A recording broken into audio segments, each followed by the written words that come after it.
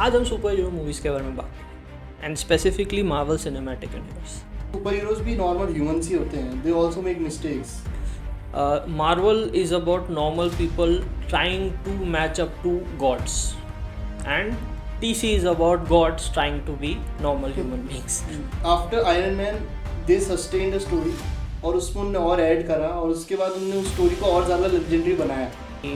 एक वो लवायथन जो है बड़ा सा, वो अवेंजर्स की तरफ आ रहा है एंड हल्क ट्रांसफॉर्म करके उसको मार देता है, और फिर वो चारों तरफ से एक वो गोल घूमता हुआ जो एक सीन आता है जिसमें सभी हीरोज फ्लेक्स करते हैं अपनी अपनी सुपर पावर्स. गैलेक्सी के अंदर हमने सोचा नहीं था कि कभी ऐसा कुछ होगा. वो स्टोन को हाथ में पकड़ लेगा, फिर धीरे करके they will form a team type kind of thing, और उसके बाद फिर they will defeat the main villain. With Captain America 2, The Winter Soldier, the Russo brothers came in as directors and उन्होंने वो मूवी इतनी ज़बरदस्त बनाई कि not only it was a great, I personally feel it's the best Marvel standalone movie, but also उनके movie बनाने के style से Kevin Feige and the Marvel team were so affected that they decided to let them spearhead the Avengers movie, which is the game and infinity war. मतलब ये बहुत ही basic emotions हैं जिसके साथ वो खेल रहे थे, जो कि हम एक्सपेक्ट नहीं करते. कि सुपर हीरोज में तो बहुत कॉम्प्लेक्स होती है सब चीज़ें, इमोशंस कॉम्प्लेक्स होते हैं. हम एक्सपेक्ट करते हैं कि अब ये क्या करेगा, अब क्या होगा, बट वो बहुत ही बेसिक चीज़ थी. यार तूने मेरी मम्मी को मारा, अब मैं तेरे को मारूंगा.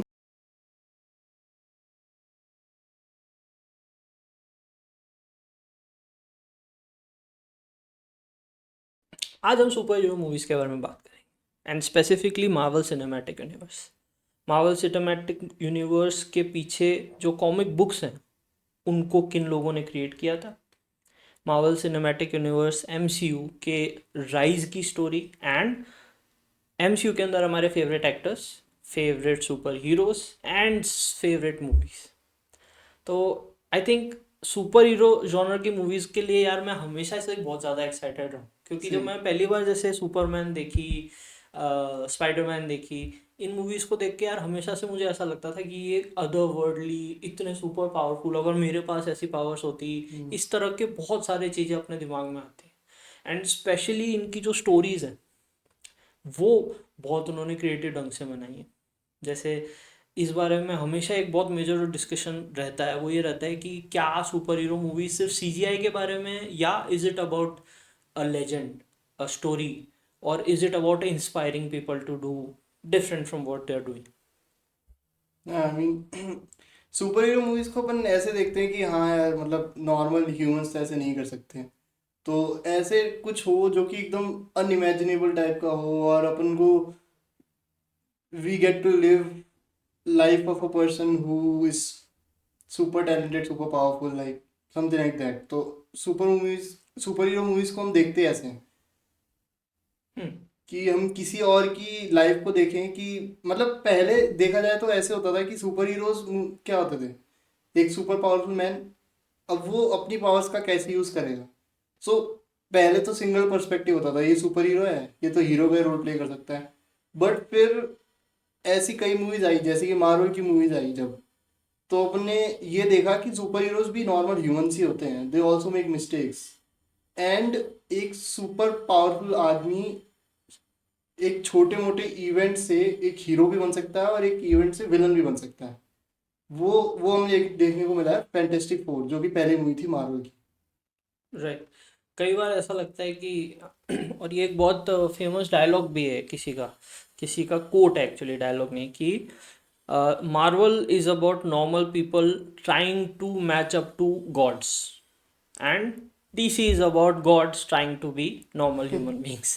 So yeah, so let's get into it. Marvel Cinematic Universe के पीछे जो कॉमिक्स है, मार्वल कॉमिक्स, उसको स्टैन ली, स्टीव डिट्को और जैक कर्बी, इन तीन स्केच आर्टिस्ट्स ने क्रिएट किया था.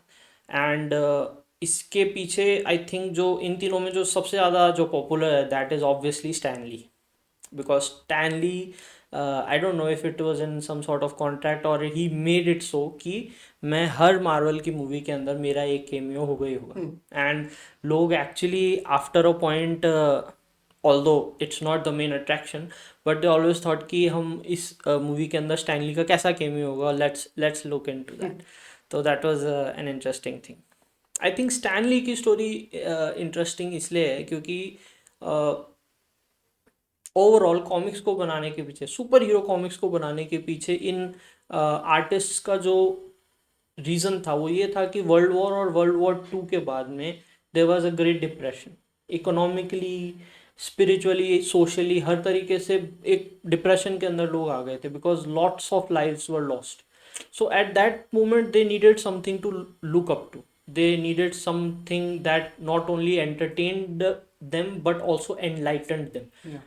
And inspired them कि यार इस सब चीज़ के बावजूद you can be better, you can be different, you can be cheerful, you can choose to do the right thing. तो इन चीज़ों को लेके स्टैन ली एंड स्टीव डिट्को ने जो है मार्वल कॉमिक्स क्रिएट की थी. Yeah.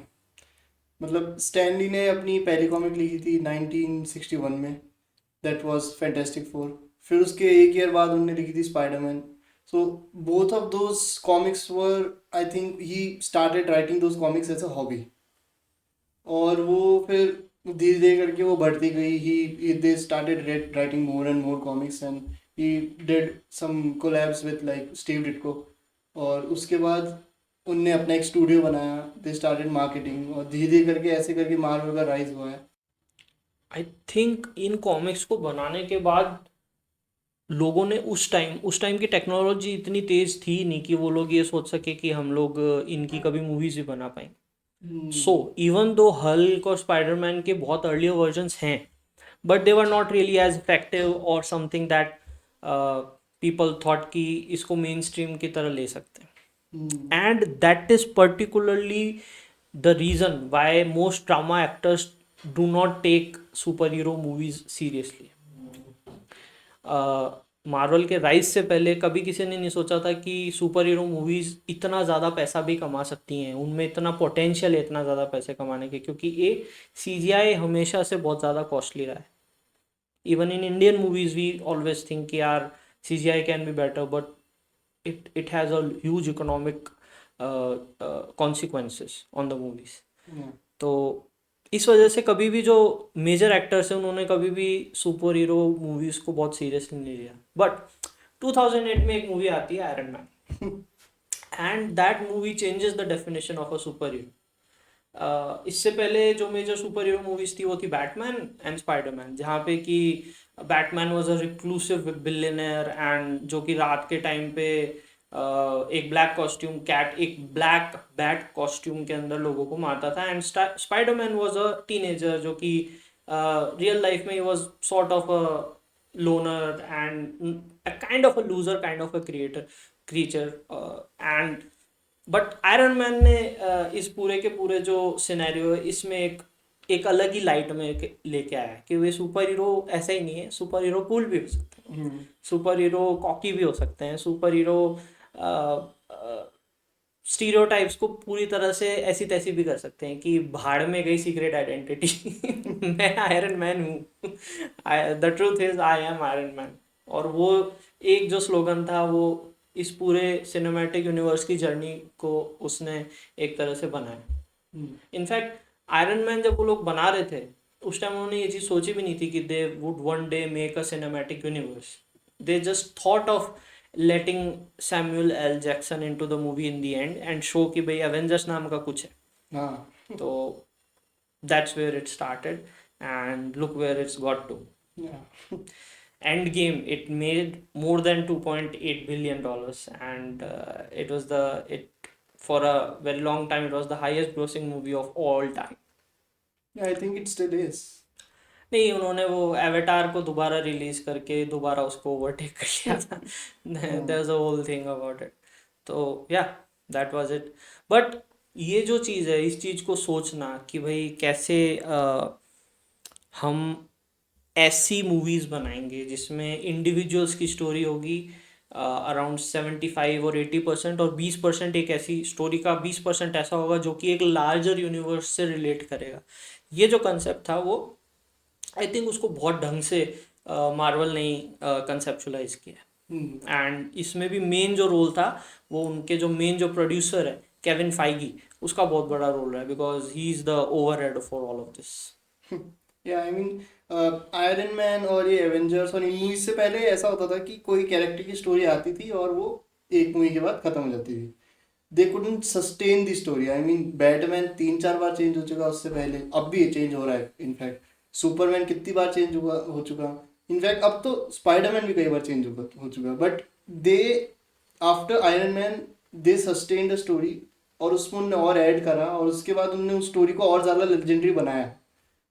सो कनेक्शन उसके अंदर भी रहता है। आई मीन पहले कॉमिक्स के अंदर भी कनेक्शन कई बार टूट जाता था, बट उसके बाद भी वो एट द एंड कहीं ना कहीं लेजेंडरी ही रहती है। राइट।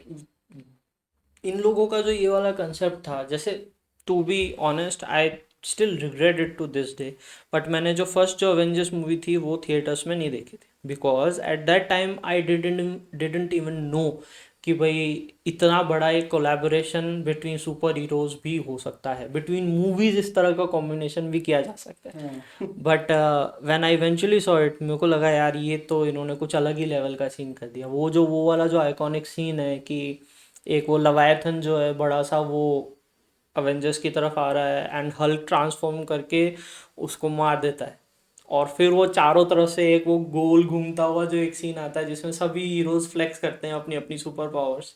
वो मतलब that scene is still something people look up to to this day. हाँ। मतलब उस लेवल का काम आई थिंक इन्फिनिटी वॉर और एंड गेम में ही हो पाया। आई थिंक उसके अलावा और कोई मूवी नहीं है जिसमें इतने गजब का एक, आई मीन इवन वो 10 सेकंड का सीन भी बहुत बड़ी मुश्किल से कॉपी कर पाए लोग।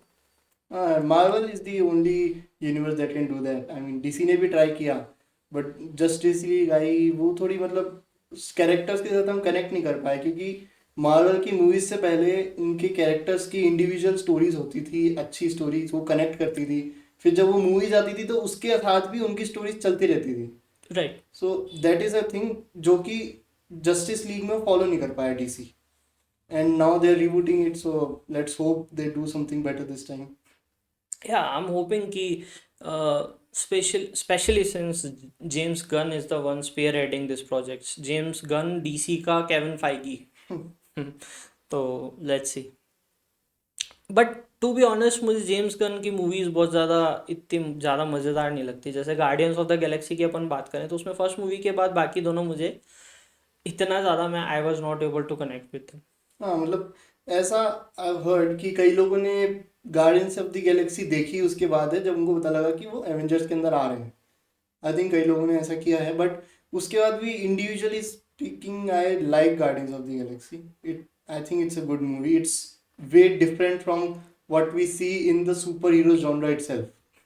क्योंकि अपन एक्सपेक्ट क्या करते हैं, सुपर हीरो जॉनरा के अंदर एक ही हीरो होगा, वो ही सबको फोड़ देगा फाड़ देगा, उसको उसके थोड़ा सपोर्ट कर देंगे कैरेक्टर्स, पर कोई टीम के तरीके से एवेंजर्स में देखा था अपन ने, उससे पहले अपन ने सोचा नहीं था। But guardians of the Galaxy में ऐसा था कि 4-5 एवरेज और अबव एवरेज लोग हैं, वो मिलके ट्राई कर रहे हैं कि ये किसी बड़े सुपर विलन को हरा सके, and they and up doing that in very different ways, जो अपन एक्सपेक्ट भी नहीं कर सकते थे। Like Guardians of the Galaxy के अंदर हमने सोचा नहीं था कि कभी ऐसा कुछ होगा कि वो स्टोन को हाथ में पकड़ लेगा, फिर धीरे धीरे करके they will form a team type kind of thing, और उसके बाद फिर they will defeat the main villain.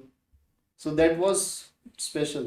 That was special and very unorthodox, या क्योंकि जनरली लोग फाइनल एक्ट में एक्सपेक्ट करते हैं कि एक बहुत बड़ा शोडाउन होगा, हीरो वर्सेस विलन टाइप का सीन होगा, बट वो उसमें नहीं हुआ। फेवरेट हीरोज़ की अगर अपन बात ही कर रहे हैं तो आई थिंक मेरा जो एब्सोल्यूट फेवरेट जो सुपर हीरो है that has to be Captain America in MCU. Yeah same. I think Captain America की जो पर्सनालिटी है वो फर्स्ट एवेंजर जो पहली कैप्टन मूवी थी उसमें वो इतने अच्छे से नहीं दिख पाई, but with Captain America 2 the Winter Soldier the Russo brothers came in as directors and उन्होंने वो मूवी इतनी ज़बरदस्त बनाई कि not only it was a great, I personally feel it's the best Marvel stand alone movie, but also उनके movie बनाने के style से Kevin Feige and the Marvel team were so affected that they decided to let them spearhead the Avengers movie, which is the end game and infinity War, war. yeah. They were able to show the whole character development of Captain America. They showed all the different characters और उनकी story को भी उन्होंने अच्छे से setup करा काफी. And they showed the depth of every character. Like Civil War के अंदर उन्होंने दिखाया कि Iron Man believes this thing, उसके पीछे रीजन क्या है और he sticks to it till the end. But end में he sees something of a sense forming. Then he changes his mind, but then something happens and he gets to know about the death of his mother, and then it topples his head around. He becomes like crazy and started breaking things. So हाँ, he genuinely wanted to kill the Winter Soldier. मतलब ये बहुत ही basic emotions हैं जिसके साथ वो खेल रहे थे, जो कि हम एक्सपेक्ट नहीं करते कि सुपर हीरोज में तो बहुत कॉम्प्लेक्स होती है सब चीज़ें, इमोशंस कॉम्प्लेक्स होते हैं. हम एक्सपेक्ट करते हैं कि अब ये क्या करेगा, अब क्या होगा, बट वो बहुत ही बेसिक चीज़ थी यार. तूने मेरी मम्मी को मारा, अब मैं तेरे को मारूंगा. राइट. जो एक तरह से उस मूवी, लोग आज भी कई सारे लोग भी बोलते हैं कि Winter Soldier was the villain of the movie. No, it was the other guy. उसने वो सारे के सारे प्लान बनाए कि मैं कैसे एवेंजर्स को अंदर से टॉपल करूंगा. तो it was actually great planning on on his part. अच्छा, जैसे आई नो कि Winter Soldier, Captain America, Iron Man, ये सभी थॉर सभी लोगों के फेवरेट मार्वल हीरोज हैं. Who is the super hero you are not a fan of? Who do you dislike the most? I think एक time तक तो हल्क था, क्योंकि हल्क को I don't think they did justice to Hulk. And but specially that's their MCU. Problem. Hulk तो anyways is the strongest Avenger, and I say this with full conviction. Hulk से ज़्यादा, मतलब physically Hulk से ज़्यादा powerful कोई character नहीं है MCU के अंदर. थॉर नहीं है, कैप्टन मार्वल नहीं है, नोबडी. वर्ल्ड ब्रेकर हल्क जो है वो फिजिकल स्ट्रेंथ में वो एक अलग रेल में. Yeah. बट हाँ, इसमें कई बार लोग ये बोलते हैं कि रून किंग थॉर जो है, इन लोगों के पास रियलिटी वॉर्पिंग एबिलिटीज है, तो वो जैसे वहां पे जाते हैं, then Hulk is not as strong as them. या आई मीन मैंने पहले भी बोला था कि जैसे स्टैनली है, उनने कई सारी कॉमिक्स बनाई और it's just a hobby. So he can write anything he wants to write. He can at the create. Beginning it was a hobby. Yeah he can create anything, I mean from his brain. तो जरूरी नहीं है कि वो सब connected हो. सो Hulk का एक वर्जन है, प्लेनेट बस्टर हल्क, जिसने बहुत सारे प्लेनेट्स को एक मुक्का मार के भी खत्म करा होगा. सो ऐसे बहुत सारे हमने वर्जन देखे हैं. थॉर के भी एक वर्जन है जिसके अंदर थॉर का हैमर जो होता है वो आई थिंक टूट जाता है और फिर वो उस हैमर को वापस रीबिल्ड कर जाता है और उसके बाद फिर वो हेलो को हराता है. बट इस जो अभी मूवी आई थी रैग्नारोक, वो बहुत ही अलग स्टोरी है उसकी. I mean they went away from the comics there. कई हाँ, सारे they comics. Often do that, but I think end result जो था रहा इनका, Infinity War and Endgame, that was a blockbuster. Yeah I see Endgame is the end of MCU. उसके बाद जो भी हुआ that was mid. Yeah, it was not as great as one would expect it to be. या तो इसी series में अगर कोई ऐसे सुपर हीरो की बात करें जो मुझे पर्सनली पसंद नहीं है एमसीयू के अंदर, it has to be Deadpool. पसंद नहीं है. या आई डोंट, मुझे बकर करने वाले जो सुपर हीरोज हैं मुझे ज़्यादा अच्छे नहीं लगते. Okay. What do you think about it? Yeah, Deadpool is a freaky character and he plays his role as he should. That's his character. I mean, अब आप उसको कैरेक्टर ही पसंद नहीं है आपको तो वो अलग बात है, बट डेडपूल यही है. This is all Deadpool is. नहीं, बट एक्चुअली मेरा जो इसमें पूरा जो कंसेप्ट है ना, एक super hero has to be someone who you look up to. जैसे कैप्टन अमेरिका है, even Iron Man has his flaws, but they have qualities जो कि at the end will look up to them. वो अपन को आज के time में आइडियलिज्म जो है वो बहुत कम हो चुका है. यू कांट, मतलब आप अपने रियल लाइफ में अगर किसी को भी एज अ अपना आइडियल मान के चलोगे, एट वन पॉइंट और another they will do something that you will not completely agree with. But ये जो कैरेक्टर्स हैं, ये characters give us something that we can aspire to be, कि भाई हम इनके जैसा बन सकें तो शायद मे बी हम कुछ अच्छा कर सकते हैं.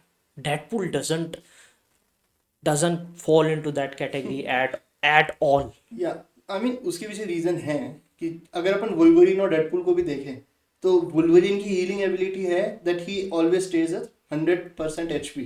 ये उसकी हीलिंग एबिलिटी है, वो एचपी कम होती तो हील हो जाती बॉडी।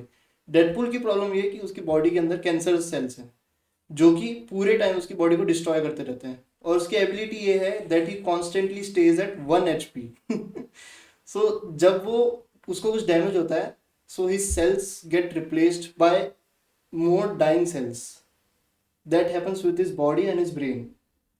इसकी वजह से डेडपुल इतना फक्ड अप है। और अपन ये भी बोल सकते हैं कि अगर अब जैसे अपन देखें कॉन्स्पिरेसी थ्योरीज की, अगर डेडपुल का अपने सर को आधा आधा पार्ट में डिवाइड कर दें तो डेडपुल क्या दोनों अलग अलग इंसान बन जाएंगे? ऐसा नहीं होगा। उसका जो भी ज़्यादा डोमिनेटिंग पार्ट है उससे वो पूरा ग्रो कर देगा, दूसरा वाला खराब हो जाएगा।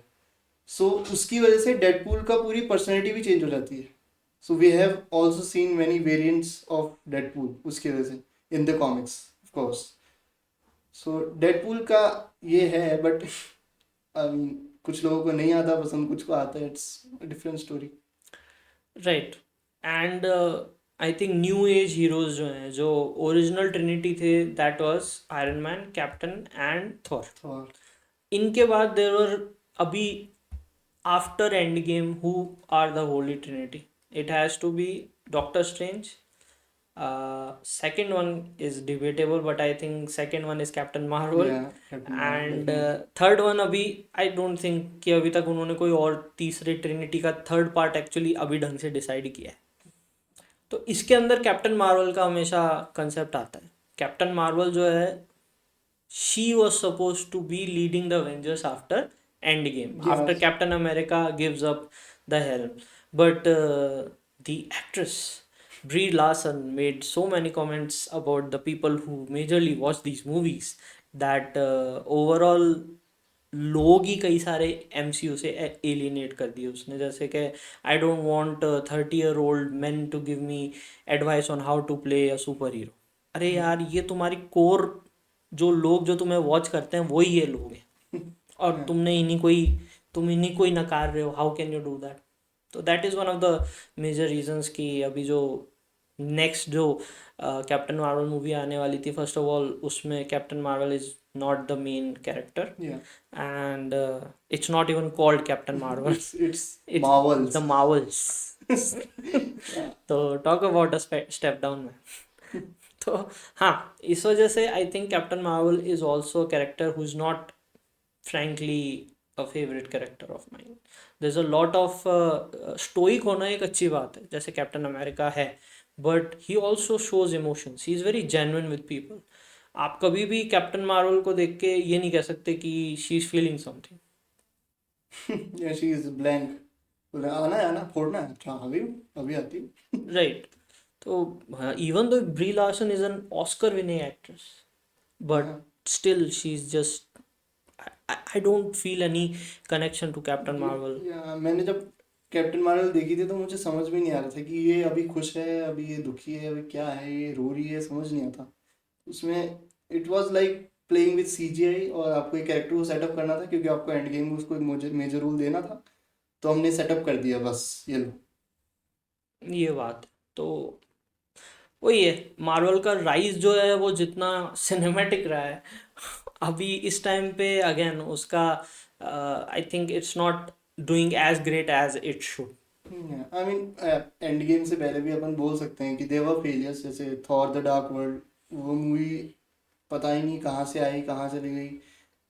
May be the director was not right, maybe the cast was not right, but I didn't see that movie as something like to look up to.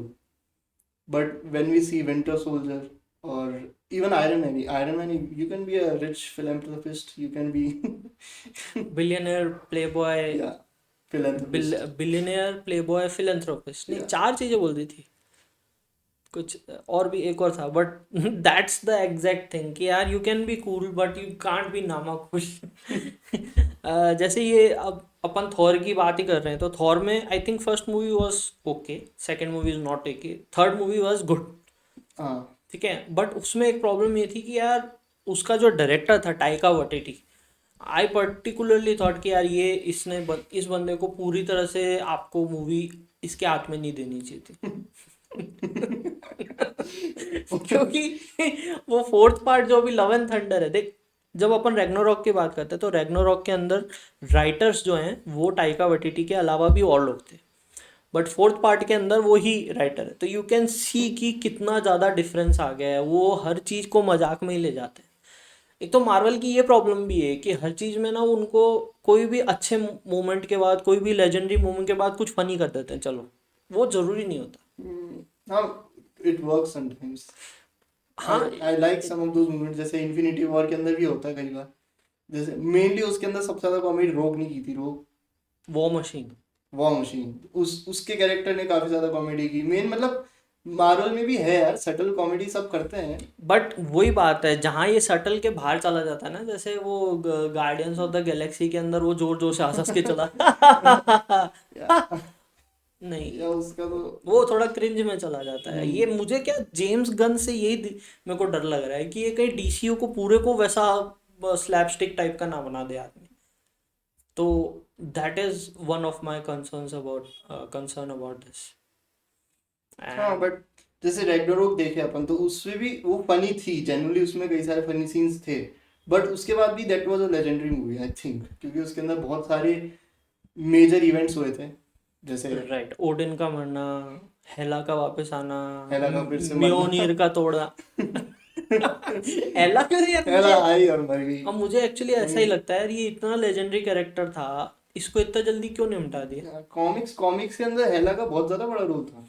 Hella is the Lady Death, right. Yeah Lady Death. And original comics के अंदर actually यही हुआ था कि Thanos जो है वो ये फिलेंथ्रोपिस्ट टाइप का आदमी नहीं था कि मैं आधी जनता खत्म कर दूंगा तो रिसोर्सेज बढ़ जाएंगे।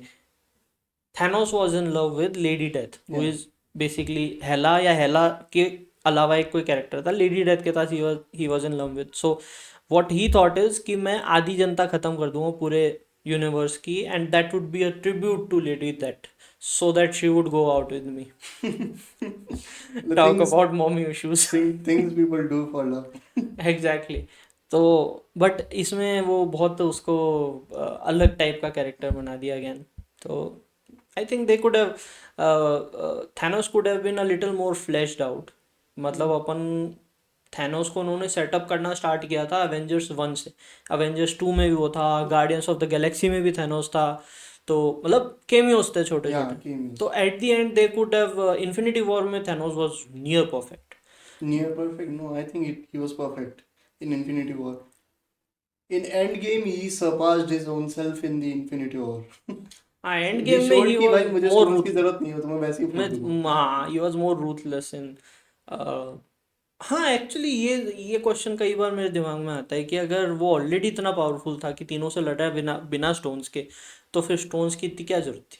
Yeah, but Russo brothers made this a point कि उसको कोई स्टोन मिला तो लोगों को पता कैसे चलेगा इसकी पावर क्या है, so they instantly applied that power of the stone. या आपने देखा होगा जो भी स्टोन थैनोस को मिलता है वो इंस्टेंटली उसमें एक सीन आता है जिसमें थैनोस उस स्टोन को यूज करता है, अदर देन दी सोल स्टोन, क्योंकि वो तो ऑब्वियस उसको यूज कर नहीं सकते नहीं, ऐसे। इवन सोल स्टोन जब he wanted to kill Tony Stark, he used the soul stone की, he really respected Tony Stark basically. So instead of killing him gruesome in a gruesome way, he made it so कि his soul would leave the body, something like कुछ ऐसा concept ये कई सारे कह रहे थे इसमें। तो या but still I mean that is right कि वो दिखा देंगे एक बार स्टोन्स की सबकी पावर। एंड में उन्होंने टाइम स्टोन की भी पावर दिखाई थी जो थैनोस को मिला था। द थिंग दैट मतलब ये एकदम आउट ऑफ द बॉक्स चीजें कर देते हैं जो कि अपने को लगता ही नहीं कि अब थोड़ा ही ऐसे हो जाएगा, ऐसे थोड़ा हो जाएगा। तो वो that makes Marvel truly legendary. Right. तो I think that's one of their great qualities. Hi guys, thank you for watching this video. Please do like, share and subscribe. Hey everyone, thanks for watching the video. So ये हमारा take था MCU के rise के बारे में। Please stay tune for our next video way we discuss in which direction MCU is going and whether ये rise जो है वो थोड़ा थोड़ा फॉल की तरफ आने वाला है, and what excites us again about the future of MCU. Thanks, never give up. Thank you.